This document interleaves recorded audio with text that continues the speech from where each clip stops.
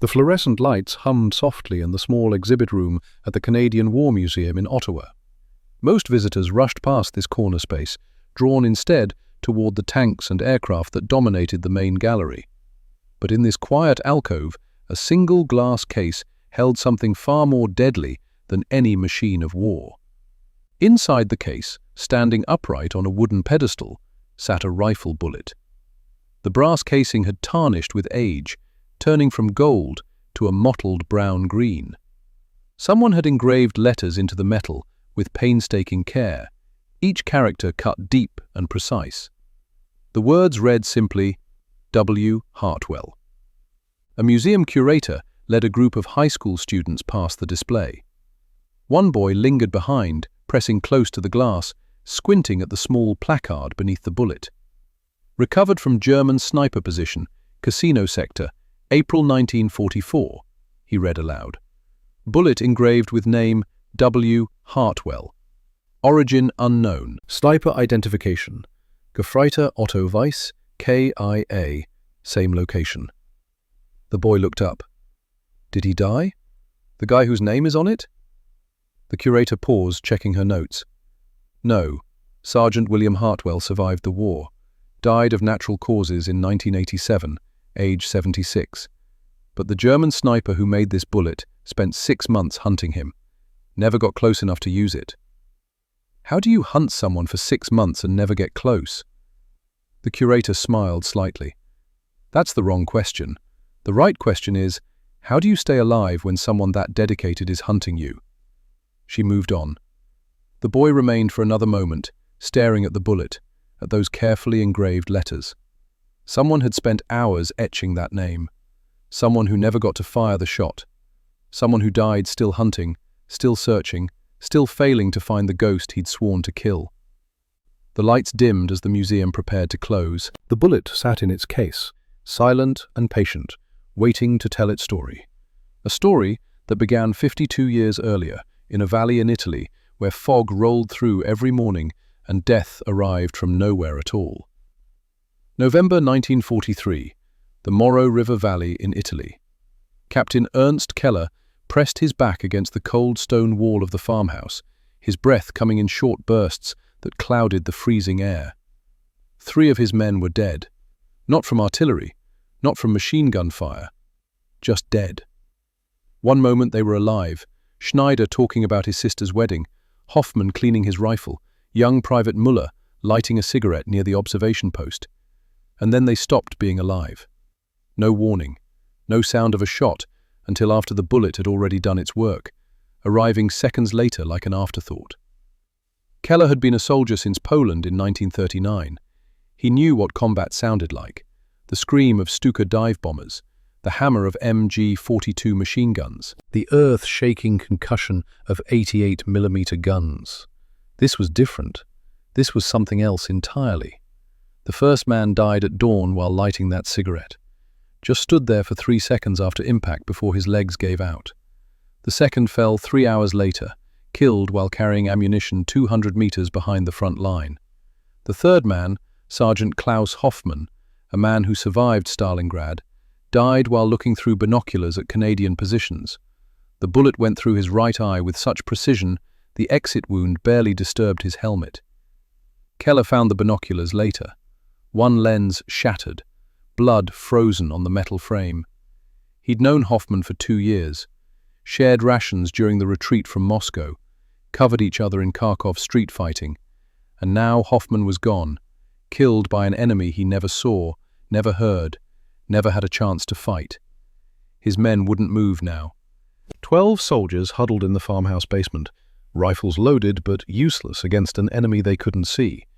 Young Private Becker, barely 18, kept whispering the same word over and over. Hexerei. Witchcraft. Keller wanted to slap him, but he wasn't sure the boy was wrong. How else could you explain it? The Canadians were killing his men from impossible distances, through weather that made normal shooting impossible, with accuracy that broke every rule of warfare. Across the valley, hidden in a shallow depression among dead grapevines, someone waited. He'd been in this exact position for 6 hours. The cold had stopped bothering him around hour 3. That was normal. In Manitoba, where he came from, you learned to ignore cold, or you died. Sergeant William Hartwell was 32 years old, ancient compared to most men in his unit. He'd been a hunting guide before the war, leading rich men through wilderness north of Lake Winnipeg. Most of them were terrible hunters. They talked too much, moved too much, wasted ammunition on impossible shots. But the forest was never empty. You just had to know how to look, how to wait, how to become part of the landscape so completely that you stopped being a separate thing. Hartwell had learned these skills from necessity. Rich clients paid $50 per expedition, but they only paid for results, and results required methods most men couldn't endure. He'd spent entire weeks tracking wolves through forests where temperature never rose above freezing. He'd waited 3 days without moving to get a clear shot at a cougar. He'd learned that movement meant death, that the hunter who moved first usually lost, that patience was deadlier than any weapon. Through his rifle scope, Hartwell watched the German farmhouse with calm focus. Not with human targets, not yet. But the principle remained the same. You found the perfect position. You settled into absolute stillness. You waited until the perfect target appeared, and only then did you take your shot. The rifle Hartwell carried was a Ross Mark III, a weapon most Canadian soldiers despised. During the First World War, the Ross failed catastrophically in muddy trenches, jamming when soldiers needed it most. The Canadian Army switched to British Lee Enfield rifles, and the Ross became a symbol of failed equipment. But Hartwell knew something others didn't. Despite its flaws in close combat, the Ross was incredibly accurate at long distances. Its straight-pull bolt action was faster and smoother than the Lee Enfields. In clean conditions with proper maintenance, the Ross was probably the most precise infantry rifle in the entire war. Hartwell had modified his weapon further, adjusting trigger pull to exactly 3 pounds, hand-loading ammunition with powder charges measured to the exact grain, mounting a Canadian-made telescopic sight adjusted perfectly for 800 meters. Other soldiers thought he was crazy, spending afternoons at the range, writing down every detail, recording temperature. They thought you could track them like deer, corner them with dogs. But wolves were smarter. They could smell you from a mile away, hear your heartbeat if you moved carelessly. And they never forgot danger. So you didn't hunt wolves, you ambushed them, found their trails, figured out patterns, discovered routes between den sites and hunting grounds. Then you found the perfect position downwind and waited, sometimes days. But when a wolf finally appeared, walking calmly because it didn't know you were there, that's when you took your shot. 1 bullet, 1 kill.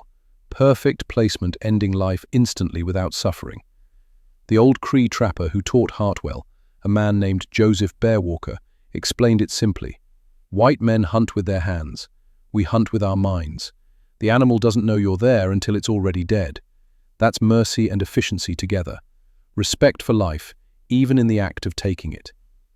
At hour 14, the alpha male appeared. Massive, easily 140 pounds, with grey fur darkened by old scars. He moved cautiously through deep snow, testing the air, suspicious. Behind him, 3 more wolves waited in the tree line. The wolf was 380 meters away, wind northeast at 8 miles per hour, temperature 20 below zero. Hartwell exhaled slowly, calculated windage, squeezed the trigger with steady pressure he would later use on German officers who never knew they were being watched. The wolf dropped without a sound. The pack scattered instantly, vanishing like smoke. Hartwell was already moving. He walked 5 miles back to Morrison Ranch, carrying the wolf's body. Collected his $50, went home to his cabin on the lake. His wife Sarah was making dinner. Their son Michael sat at the kitchen table, practicing multiplication tables with serious concentration. "How long did you wait?" Sarah asked without looking up.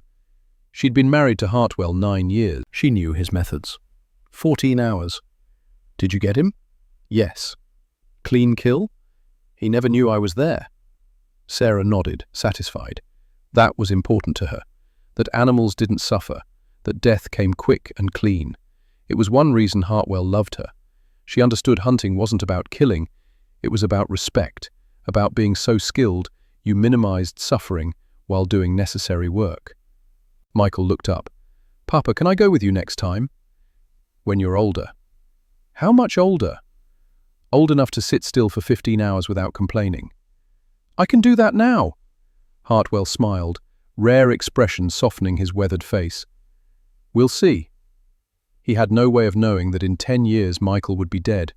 No way of knowing the patience he was teaching his son about hunting wolves would later be applied to hunting men. No way of knowing the mercy he valued would become a weapon of terror that made enemy soldiers believe in witchcraft. Right now it was just 1931, just dinner with his family, just quiet life in Manitoba woods. The war was coming, but hadn't arrived yet, and William Hartwell was still just a hunter who understood patience. The telegram arrived on a Tuesday morning in December 1941. Sarah stood on the porch, holding the thin envelope against cold wind, already knowing what it said. "Regret to inform you, Private Michael Hartwell, killed. December 8941. Training accident. Fort Benning. Stop. Body will be returned. Stop. Deepest condolences. Stop." Michael was dead. Their son, who'd learned to sit still in woods. Their boy who'd wanted to hunt wolves with his father. Their child who'd enlisted in October, lying about his age, wanting to do something important before war passed him by. The accident report came 2 weeks later. Equipment failure during live fire exercise. Mortar round detonating prematurely because someone failed to inspect properly, rushed through safety checks, prioritized speed over care. Michael and 2 other young soldiers killed instantly. Death before combat. Death before purpose. The funeral was small. Hartwell stood next to the grave saying nothing. Sarah wept. Neighbors spoke in hushed voices about tragedy and God's plan, phrases that meant nothing. Hartwell didn't believe in God's plan. He believed in cause and effect. Someone made a mistake, failed to inspect equipment, rushed through procedures requiring careful attention. And his son was dead because someone hadn't been patient enough, hadn't been thorough enough, hadn't understood that sloppiness killed as surely as bullets. After the funeral, Hartwell went into the woods for 3 days. He walked until his legs ached, sat in snow until his body went numb, stared at frozen lakes, thought about Michael learning to track rabbits, Michael practicing stillness, Michael asking questions about wind and distance. On the 3rd day, Hartwell walked into the Canadian Army recruiting station in Winnipeg and enlisted. The recruiting sergeant frowned at his age. 30 years old was ancient for new recruits. "You're sure about this?" "I'm sure." At the rifle range, Hartwell put 5 bullets through the target center, grouped so tightly you could cover all 5 holes with a playing card. The sergeant assumed luck. "Do it again." Hartwell did it again. And again. He never missed. Not because he was naturally talented, though he was. He never missed because he never took a shot unless absolutely certain. A lieutenant colonel named Robert Hayes watched Hartwell shoot for 20 minutes, then pulled him aside. "What did you do before the war?" "Hunting guide, Manitoba wilderness." "How long can you stay in one position without moving?" "As long as necessary." "Define necessary." "However long it takes for the target to appear." "Days, if needed?" "Days, if needed." Hayes smiled. Not a happy smile. The smile of a man who just realized he could solve a very expensive problem very cheaply. "Come with me. I want to try something new." Hayes' office walls were covered with maps of Italy showing German defensive positions. Red marks indicated Canadian casualties. Blue marks showed front lines that hadn't moved, despite constant attacks, costing hundreds of lives. "The Germans are dug into defensive positions across the Italian peninsula," Hayes explained. "Every assault costs hundreds of men. Artillery softens them, but they rebuild overnight. Traditional tactics aren't working. We're bleeding men for ground that doesn't matter strategically." Hayes pointed to elevated terrain. "I need something different, something that creates fear, not just casualties, something that makes German soldiers hesitate before looking out windows or crossing open fields." "You want snipers," Hartwell said. "The British have snipers. What I'm asking for is different. I want dedicated teams who do nothing but hunt high-value targets. Officers, radio operators, artillery observers, Men whose deaths create maximum disruption. That's already standard doctrine. No, Hayes said firmly. Standard doctrine is aggressive. Multiple shots, suppressing fire, supporting advances. I want the opposite. One perfect shot per day, maybe one shot every 2 days, then disappear completely. I want Germans spending more time looking for you than fighting us.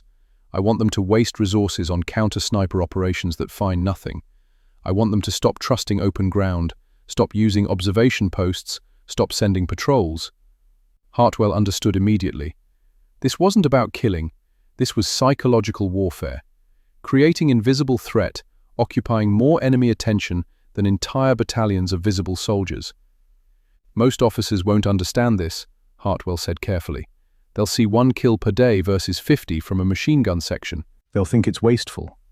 Let me worry about officers. Can you do it? Yes. How? Same way I hunted wolves for 10 years. You don't chase them. You figure out where they'll be and wait there. When they appear, you kill the leader first. The pack scatters, becomes disorganized, starts making mistakes. Hayes leaned back. How long can you wait in position? I once waited 14 hours for a wolf pack in Manitoba. Didn't move, didn't eat, didn't sleep. Temperature dropped to 40 below.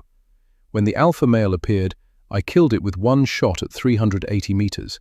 It never knew I existed. And you can teach this? To some. Not everyone has the temperament.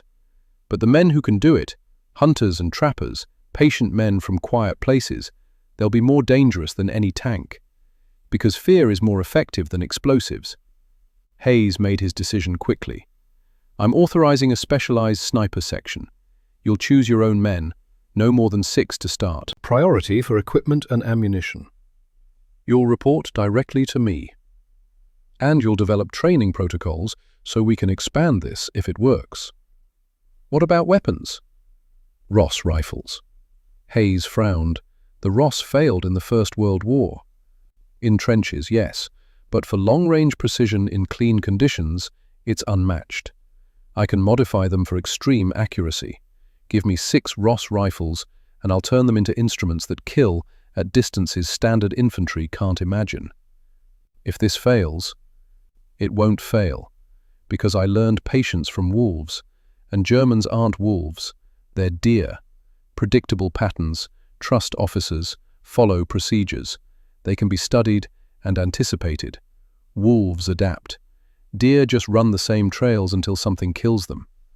Hayes studied him, seeing something beyond military discipline or patriotic duty. A man with nothing left to lose. A man whose son died from someone else's carelessness. A man who would apply inhuman patience to killing because patience was all he had left. You're authorized. The training camp in Alberta was frozen mud and bitter wind. Hartwell chose 6 men. 5 were hunters or trappers, quiet men who understood patience. The 6th was Corporal James Monroe, a Saskatchewan farm boy who could shoot the head off a gopher at 300 yards before he was 12. Monroe was talented, maybe more gifted than Hartwell, but he had a fatal flaw: impatience. The shot is there, Monroe argued on the 3rd day. Wind is steady, visibility is good. Why wait 3 more hours? Because there isn't perfect, Hartwell explained. You can make that shot 8 times out of 10 right now. But if you wait for perfect conditions, you make it 10 times out of 10. What's the difference between 8 and 10?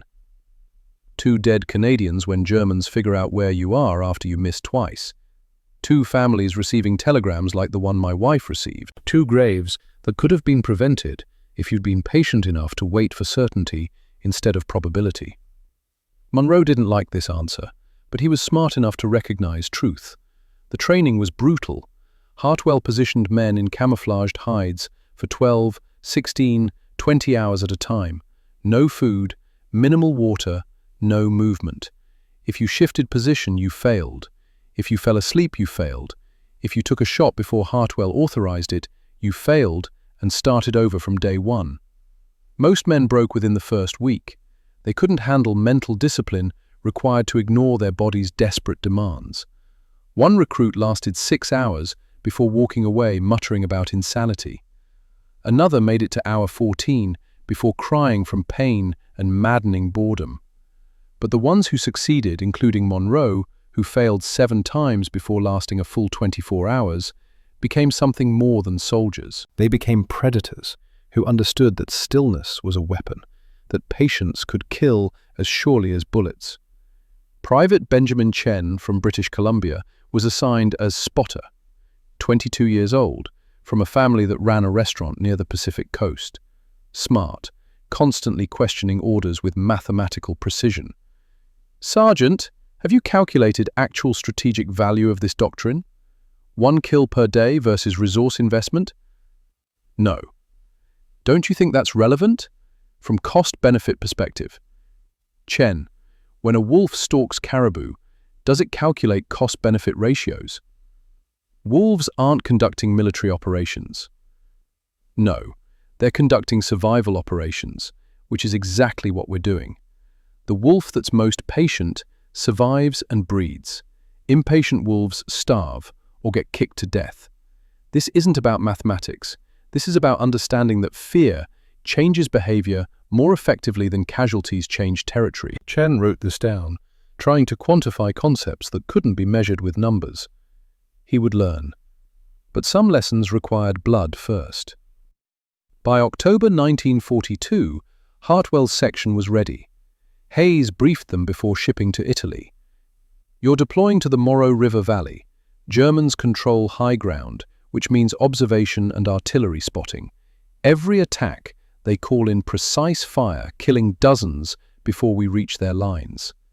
Your mission, make those observation posts unusable." Monroe studied the map. "What's the expected kill ratio?"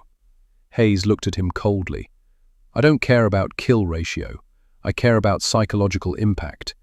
If you kill 1 artillery observer and Germans pull back 3 observation posts because they're too afraid to man them, you've accomplished more than a company of infantry taking those positions by force at the cost of 50 dead Canadians." The transport ship to Italy took 11 days. Hartwell spent most time alone on deck, staring at ocean, thinking about Michael and wolves and the difference between necessary killing and murder. Animals didn't dream about their prey. Animals didn't remember faces. Animals lived in the present without guilt. That was their advantage. That was what Hartwell would have to learn. How to kill like a predator while remaining human enough to function after war ended. The Italian coastline appeared through morning mist on November 12, 1943. Hartwell stood at the rail, watching mountains emerge from fog, thinking about German soldiers who didn't know yet that everything was about to change. That invisible death was coming, that a hunter from Manitoba had learned to apply patience to human targets. Chen stood beside him, equally quiet. "Sergeant, when we get there, does it bother you? The killing?" Hartwell watched the mountains. "Ask me tomorrow." Tomorrow would come soon enough, and with it, the first kill. The first face he would remember forever. The first step toward becoming something more than human, or less than human, he still wasn't sure which. But the mountains waited, and in those mountains, German soldiers who didn't know yet that the rules were about to change. The first kill happened exactly as Hartwell predicted. Dawn on November 14, 1943. 6 hours in position among dead grapevines and frozen mud. The German officer appeared at the farmhouse window for 3 seconds, long enough for Hartwell to exhale and squeeze and send death traveling through fog at 780 meters. The officer dropped. Hartwell was already moving, sliding backward through vines, becoming invisible before the sound reached German ears. Standard procedure. Perfect execution. 1 shot, 1 kill, 1 ghost vanishing into Italian hills. Chen threw up twice on the walk back. Hartwell said nothing. The first kill changed something in a man's soul that no training could prepare for. There was a difference between paper targets and watching a human being stop existing because you decided he should die. That night, Hartwell couldn't sleep. He kept seeing the German officer's face through his scope in that moment before trigger pull. The man had been older, maybe 40, weathered by years of war, probably started in Poland in 1939, survived 4 years, and then died because he stood near a window when William Hartwell was watching. Back at the command post, Hartwell cleaned his rifle while Chen recorded the shot. Distance, 780 meters. Conditions, heavy fog, light wind from northwest. Target, enemy officer. Result, confirmed kill. Time in position, 6 hours, 12 minutes. The logbook was Hartwell's innovation. Every shot documented with exact measurements. This wasn't guesswork. This was science applied to warfare. You had to know precisely what worked, so you could teach others to replicate success. Chen put down his pencil. Sergeant, does it get easier? The killing? Hartwell paused. No, you just get better at not thinking about it. By December, Hartwell's section had 17 confirmed kills. All officers or specialists, all exceeding 600 meters. German activity decreased noticeably. Patrols smaller, less frequent. Observation posts manned reluctantly. Intelligence showed German units requesting transfers from Canadian sectors. Hayes was pleased. He expanded the program, authorizing 3 more sections. Monroe was promoted to lead 1. Other Allied commanders asked questions about Canadian techniques. But then Monroe made a kill that changed everything for Hartwell. They tracked a German artillery observer for 3 days, a captain calling in strikes with devastating accuracy. Monroe got his shot at 850 meters. The German captain fell. Standard procedure said withdraw immediately. But Chen noticed something. Sergeant, there's a dispatch case. The German officer dropped it, just sitting there. Leave it. It might have coordinates, radio frequencies, intelligence that could save lives. I said leave it. But that night, Hartwell couldn't stop thinking about that dispatch case. Hayes had been pushing for more intelligence. Against his better judgment, against every rule he'd established, Hartwell returned to the position alone the next morning. The German captain's body was still there, frozen in death's awkward positions. The dispatch case lay where it had fallen. Hartwell approached carefully. Nothing. The Germans had been too afraid to recover their own dead. He opened the dispatch case. Inside were artillery tables, radio code sheets, a map marked with German positions. Standard intelligence. Valuable but not extraordinary. And then he found the photograph. It showed the German captain in civilian clothes, smiling, standing next to a woman and a young girl in what looked like a park in summer. The girl was maybe 8 years old, holding a red balloon, her face bright with childhood joy. The woman's hand rested on the captain's shoulder. On the back, in German script, were words written in a child's careful handwriting. Later, Chen would translate, Mein liebster Papa, komm bald nach Hause, deine Maria. My dearest Papa, come home soon, your Maria. Hartwell stood there for a long time, holding the photograph, looking at the captain's body. This was the difference between wolves and men. Wolves didn't have daughters named Maria who missed them. Wolves didn't carry photographs of families. Wolves didn't write letters promising to come home soon. He took the dispatch case for Hayes. But he left the photograph with the body, placing it carefully in the captain's breast pocket, where it would be found by whoever recovered the corpse. It was a small gesture that meant nothing strategically, but it meant something to Hartwell. Some recognition that he'd killed a father, not just an enemy officer. That night, Hartwell wrote in his private journal, 26 confirmed kills since November. I remember every face. The German captain today had a daughter. Her name is Maria. She's waiting for him to come home. He won't, because I decided he shouldn't, because that was my job, because someone had to. Chen found him at 3 in the morning, sitting outside, staring at nothing. Couldn't sleep? Did you know the German captain had a daughter? No. She's 8 years old. She wrote him a note, asking when he'd come home. Hartwell's voice was flat, empty. Hayes was pleased with the intelligence we recovered. We'll probably kill more Germans because of those documents. Very valuable. That's war, Sergeant. Is it? Or is that just what we tell ourselves so we can keep doing it? Chen had no answer. The war didn't care about German daughters or Canadian fathers who'd lost sons. The war just demanded killing and called it necessary and gave medals to the men who did it most efficiently. The Battle of Ortona came 2 weeks later, late December. The town was a medieval nightmare of stone buildings and narrow streets, perfect for defenders, deadly for attackers. Canadian infantry was taking catastrophic casualties. Hayes called for Hartwell personally. "We need the main square, it's their communications hub, but they have it completely locked down. You want us to clear it? I want you to control it. I don't care if you kill anyone, I just want the Germans too afraid to move." Hartwell found what he needed, a church with a bell tower overlooking the square, 400 meters from German positions. "We'll set up here, rotating watch, one shooter, one spotter, one rest. Anyone who moves in that square dies." They moved into position December 23rd at midnight, carrying supplies for 72 hours.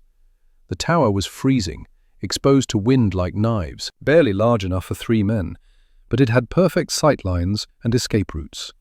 At dawn, Germans tried to resupply across the square. Hartwell killed the first soldier at 380 meters. The man was carrying ration crates, not weapons, clearly logistics personnel. Chen made a sound of protest. "Sergeant, he's not armed." "He's supplying men who will kill Canadians. He's a target." But nothing. This is the work. Either do it or request transfer." Chen said nothing more. But something changed in how he looked at Hartwell. Not with respect, with something closer to fear. Over the next 16 hours, Hartwell and Monroe killed 9 Germans attempting to cross the square. Most were supply runners. One was a medic carrying a Red Cross bag, though he also wore a pistol, technically making him a combatant. On December 24th, Christmas Eve, a German captain tried to negotiate a temporary ceasefire to recover their dead. 17 German bodies were frozen where they'd fallen. Canadian command refused. The bodies stayed there, becoming psychological weapons more effective than any artillery. "Why?" Chen asked. "It's Christmas, the bodies." "The bodies are why German soldiers won't cross that square anymore. That fear saves Canadian lives. That's the entire point of what we're doing." "It's barbaric." "Yes, it is." Hartwell met his eyes. "War is barbaric, Chen. We dress it up with rules and conventions, but at the core, it's just groups of men trying to kill each other as efficiently as possible. The side that accepts that reality first usually wins." By December 26th, Germans abandoned their positions. Canadian infantry advanced without resistance. Hayes personally commended Hartwell's section. 3 men held an entire square for 72 hours. You changed the battle. But Hartwell felt nothing, just hollow awareness that he'd killed 9 men in 3 days. Men who were probably scared and cold and missing home. Men following orders just like he was following orders. That night he wrote, "I've become exactly what Hayes needed, a tool that kills efficiently without hesitation. But tools don't dream. Tools don't remember faces. Tools don't wonder about daughters named Maria. I'm not sure what that makes me anymore." When they shipped to Normandy in June 1944, Hartwell's reputation preceded him. German units receiving orders to face Canadian sectors knew what was coming. Intelligence showed German soldiers adopting new behaviors, refusing to stand upright even in rear areas, refusing to use binoculars near windows, wearing helmets while sleeping. The fear had metastasized beyond reasonable caution into paranoid obsession. Captain Ernst Keller had been hunting Hartwell since November 1943. He'd documented 31 kills attributed to Hartwell's section, mapped their preferred positions, analyzed withdrawal routes. Keller was a Bavarian forestry officer before the war. He understood hunting, tracking, patience required to outlast prey. He'd spent months obsessed with the Canadian ghost, studying his methods, trying to think like him. In July 1944, Keller left a package for Hartwell, a rifle bullet with his name engraved on the brass casing, W. Hartwell, and a note challenging him to an honorable duel. One hunter against another. Equal terms. Dawn on July 20th at specific coordinates. Chen declared it a trap. "You can't seriously consider this." "I'm absolutely considering it, because if I don't, Keller will keep hunting me using my own methods. But if I accept, one of us ends this definitively. Or you both die." "That's possible, but I'm curious. I want to know if there's someone out there who actually understands what we do, what it costs, what it requires. He went to the coordinates alone at dawn, found a position with good sight lines, waited as the sun cleared eastern hills. At 400 meters, he saw binoculars catching light. A figure in German camouflage. Easy shot, perfect conditions. Hartwell's finger rested on the trigger, and he hesitated, not from fear. He hesitated because this was the first time in 9 months he was shooting at someone who knew he was there, someone who'd chosen to be there, someone who understood the game. He fired. The figure collapsed. But it wasn't Keller. Canadian intelligence recovered the body. Gefreiter Otto Weiss, a German sniper from the Eastern Front, experienced but not Keller. He'd been positioned as bait, wearing Keller's camouflage, ordered to expose himself at intervals. And Keller had been watching from 800 meters away, had watched Hartwell kill Weiss, had a clear shot at Hartwell, while Hartwell was focused on the decoy. Could have ended it right there, but he hadn't taken the shot. Instead, Keller left another note. Sergeant Hartwell, you killed my spotter. I killed your certainty. We are even now. The next time we meet, one of us will die. But today, I chose to let you live, so you can understand what it feels like to be hunted by someone who knows you as well as you know yourself. Sleep well. For the first time since Michael's death, Hartwell felt something like fear. Not of dying, but fear of being understood. Fear that Keller had seen the cost, the price paid in humanity for perfect patience. Fear that when they finally met, he might recognize himself in the enemy's eyes. The war ground on through autumn 1944. The kills continued, 41, 53, 68. Each one documented in the logbook, each one remembered in his private journal, with faces and details that wouldn't fade. By November, intelligence confirmed what Hartwell suspected. Captain Ernst Keller was dead. Not from enemy fire. The German sniper died in his hide during the Hurtgen forest campaign, stayed in position too long during a cold snap, refused to abandon his post even when conditions became lethal. They found his body 3 days later, frozen in shooting position. Hartwell requested Keller's effects. It took 6 weeks. When the package arrived in January 1945, it contained Keller's personal logbook, translated into English. Keller had been documenting Hartwell's operations since November 1943. The logbook showed maps, analysis of withdrawal patterns, philosophical notes. The final entry, dated November 17, 1944, made Hartwell sit down hard. I have studied Sergeant Hartwell for 1 year. I believe I understand him, not as enemy but as fellow hunter. He hunts from necessity, not pleasure. He kills efficiently to minimize suffering.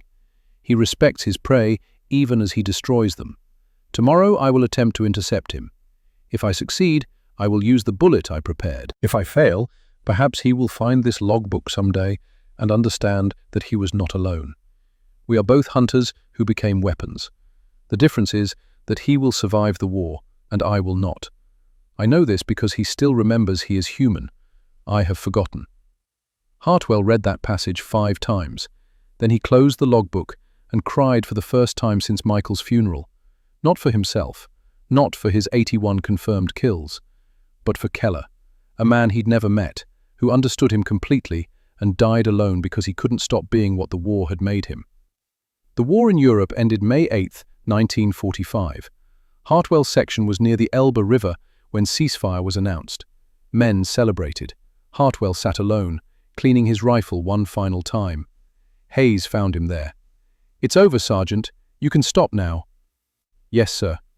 "You did extraordinary work, saved countless lives, changed how modern warfare will be conducted." "Yes, sir." "You don't seem happy about it." Hartwell looked at him.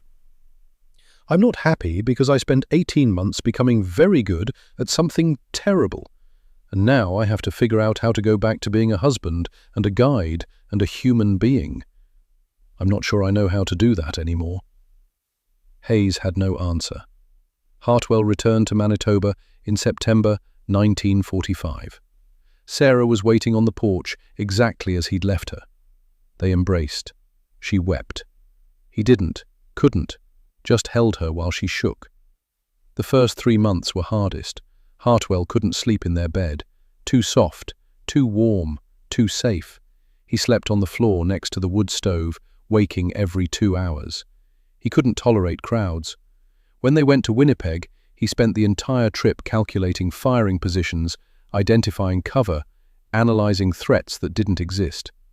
In January 1946, Sarah found Hartwell's private journal while cleaning. She read it in one sitting. When he came home, she was crying. "Why didn't you tell me?"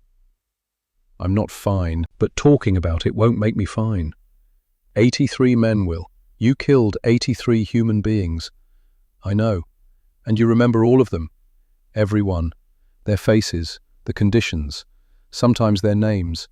Sometimes I've seen photographs of their families." Sarah read aloud his entry about the German captain with the daughter named Maria. "How do you live with that?" "I don't know yet. I'm still figuring it out. That's why I wrote it. To try to understand what I did and why." "Could you do it again? If another war started?" "No. I gave everything I had to give. I became exactly what they needed me to be. But I can't do it again. I won't." Sarah closed the journal carefully. "Promise me something." "Anything. Promise me you won't destroy this. Promise me you'll keep it so someday you can look back and remember you were human, that you struggled, that you cared. Because burning it means burning the part of you that still feels guilty, and feeling guilty is how you stay human." Hartwell looked at the journal. "Okay, I'll keep it." He locked it in a box under the floorboards and didn't look at it again for 40 years. In 1947, Monroe invited Hartwell to speak at the newly established Canadian Army Sniper School. 60 students sat in the classroom, eager to learn the techniques that had made Canadian snipers legendary. Hartwell stood at the front and felt sick. "You all want to know the secret. You want the formula that makes you unstoppable. There is no trick. There's only patience and math and willingness to become something less than human. The Canadian sniper doctrine works because it asks you to stop being a soldier and start being a predator. And it will change you. Eventually you'll realize you've spent so much time thinking about firing solutions that you've stopped thinking about the fact that you're ending human lives." One student raised his hand. "Did you ever regret it, sir?" "Every single day. But I did it anyway, because someone had to. That's the truth about warfare. Sometimes the necessary thing is also the terrible thing, and you don't get to opt out just because it's hard." He finished and left. Monroe followed him to the parking lot. "That was bleak, Sergeant. It was honest. The ones who stay after being scared are the ones who understand what they're signing up for." Monroe handed him an envelope from Hayes. "You gave us the doctrine. Others will teach it. But remember, you proved it was possible. That matters." Hartwell folded the letter. "Monroe, do you ever wonder if we should have proven it was possible? We opened a door that can't be closed. Would you undo it if you could?" "I don't know, because undoing it means all those Canadian soldiers we saved would be dead. But keeping it means teaching more young men to become what I became." In August 1986, his grandson Tom visited. Tom was 16, obsessed with World War II history. One afternoon he asked, "Grandpa, why don't you ever talk about the war?" "Because there's nothing good to say about it." "But you were a hero. Canadian snipers were legendary." "Legends aren't real, Tom. Real is waking up at 3 a.m. because you dreamed about a German officer's face. Real is remembering calculations better than your own son's voice. Real is knowing you were very good at something terrible." Tom pulled out a newspaper article from 1985. Canadian ghost sniper revealed. Sergeant William Hartwell, 83 confirmed kills. Hartwell tore it in half. Legends aren't real. Real is carrying faces for 40 years. I hope you never have to make the choice I made. A month later, a package arrived from the Bundeswehr Military History Museum. Inside was the bullet, the one Keller had engraved with Hartwell's name. Hartwell held it for a long time. Proof that I wasn't the only one. Proof that someone else understood what it cost to be that good at killing. And proof that he paid the price before I did. "Do you wish you'd met him?" "Yes. Not to kill him, to ask him if he figured out how to live with it afterward. to see if there was a way back to being human. You're not as broken as you think you are, Will. Maybe, but I'm broken enough. He closed his hand around the bullet. This goes in my coffin when I die. I want to be buried with the shot that never came. It seems appropriate. William Hartwell died on February 3rd, 1987, age 76. Cancer, pneumonia, and what doctors called general failure, but what Sarah knew was exhaustion from carrying 83 faces for 42 years. Monroe delivered the eulogy. Sergeant Hartwell changed warfare. His doctrine is now taught in every sniper school in NATO. He proved that patience, discipline, and mastery could be more effective than firepower. The obituary was 4 paragraphs. It mentioned his service, his wife, his life as a hunting guide. It didn't mention the 83 kills, or the German reward, or the legend of the Canadian ghost. Tom sat in the front row, holding the bullet. Before they sealed the coffin, Tom placed it in Hartwell's folded hands, the shot that never came, carried by a German hunter who understood the cost and died paying it. 8 years later, in 1995, the Canadian War Museum opened an exhibit featuring Hartwell's Ross rifle, his logbook, and his private journal, finally unsealed. Visitors could read excerpts on plaques. I became very good at something terrible. That doesn't make me a hero. It makes me a survivor who was willing to do what others couldn't. Whether that's honorable or horrific depends on your perspective. And the Germans called it witchcraft. It wasn't. It was just patience applied to violence. And patience is the most human of skills, which means the most human thing about me was the thing I used to kill. I don't know what that says about humanity, but I think about it every day. The most viewed item wasn't the rifle or the logbook. It was a photograph Sarah had donated. Hartwell in 1939, standing with Michael, teaching his son to track wolves in Manitoba snow. Father and son, both smiling, neither knowing what was coming. The placard beneath read, Sergeant William Hartwell, 1911 to 1987, Canadian Army sniper, 83 confirmed kills, changed military doctrine, died remembering he was human. And in the corner, in its glass case, the bullet still sat silent and patient, its engraved letters clear after 50 years. The shot that never came. The challenge that went unanswered. The proof that 2 hunters had understood each other perfectly across the Gulf of War. The museum lights dimmed as evening came. Visitors moved on to other exhibits, other wars, other stories. But the bullet remained, waiting to tell its story to anyone willing to listen. A story about patience and mastery, and the terrible cost of becoming too good at killing. A story that began in Italian fog and ended in a Manitoba cabin, carried across decades by a man who learned to hunt wolves and ended up hunting men. A man who became exactly what war needed him to be, and spent the rest of his life trying to remember he'd been human first.